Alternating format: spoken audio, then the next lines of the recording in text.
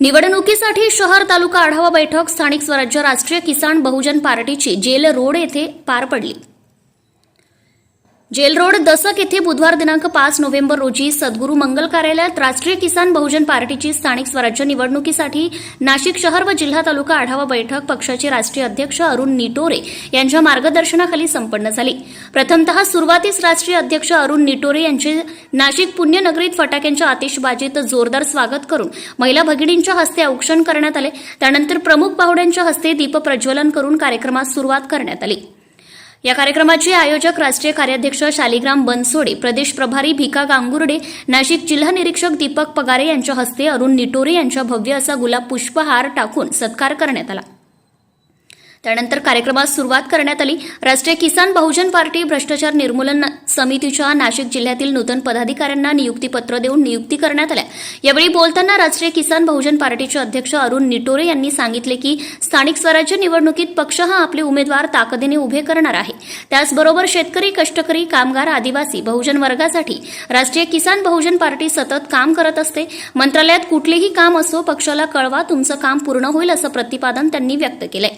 यावेळी प्रदेश प्रभारी भिका गांगुर्डे, नाशिक निरीक्षक दीपक पगारे, शहराध्यक्ष किरण निमसे, प्रदेश कार्याध्यक्ष अनिल गाडेकर, महिला प्रदेशाध्यक्ष मंदाकिनी गायकवाडे, उत्तर महाराष्ट्र अध्यक्ष विश्वनाथ हॉलिंग, जिल्हाध्यक्ष ग्रामीण भाऊसाहेब जगताप, महिला प्रदेशाध्यक्ष मंदाकिनी गायकवाड, उत्तर महाराष्ट्र अध्यक्ष विश्वनाथ हॉलिंग, जिल्हाध्यक्ष ग्रामीण भाऊसाहेब जगताप, शहर जिल्हाध्यक्ष मिलिंद निकम, जिल्हा युवाध्यक्ष अजय बनसोडे, शहर कार्याध्यक्ष सागर भंडारे, पिंपळगाव तालुका अध्यक्ष गणेश खेडकर, कार्याध्यक्ष राजन धिवर, शहर सचिव विश्वास हांडोरे, नाशिक शहर कार्याध्यक्ष सचिन देशमुख, उपाध्यक्ष संदीप गांगुर्डे, कला संस्कृती प्रदेशाध्यक्ष आनंद वाघ, शहर सचिव अनिल चव्हाणके, अपंग संघटनेचे अध्यक्ष राजाभाऊ शहाणे, शहर उपाध्यक्ष किरण गांगुर्डे, जिल्हा सल्लागार गणेश अपार, जिल्हा संघटक शिवाजी थोर मिशे, महिला जिल्हाध्यक्ष मुसरत शेख, जिल्हा सचिव सलीम शेख, बाळू घोरपडे, बोराडे दादा, जिल्हा कार्याध्यक्ष प्रमोद भुजबळ, सीना गाडेकर, सिन्नर तालुका अध्यक्ष मनीषा कराड, सिन्नर तालुका उपाध्यक्ष संदीप वाघमारे,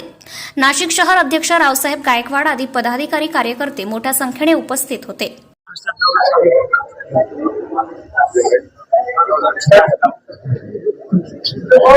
सर्वप्रथम राष्ट्रीय किसान बहुजन पार्टीच्या वतीने नाशिक शहरामध्ये सर्वांचं पक्षाच्या वतीने मी स्वागत करतो।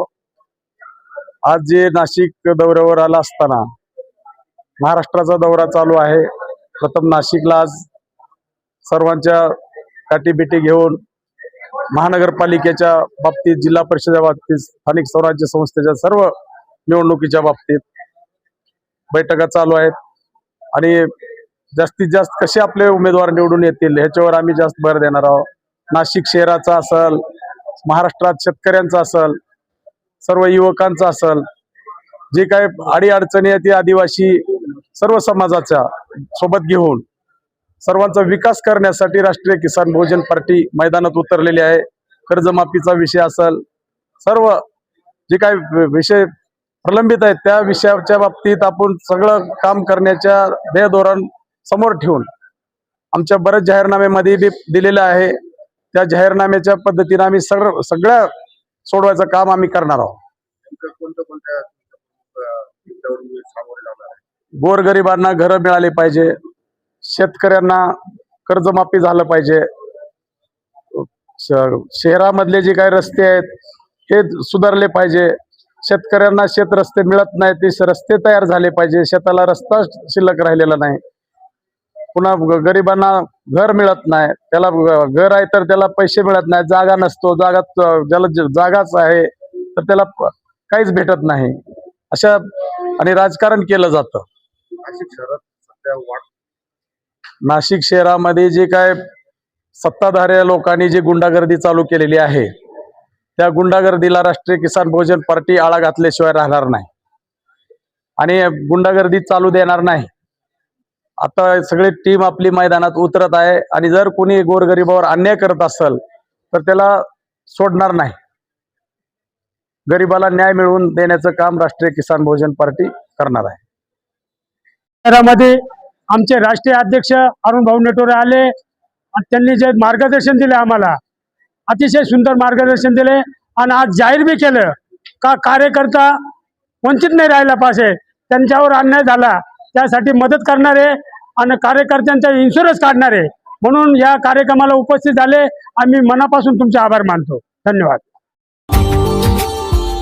Subscribe now and press the bell icon. Never miss an update.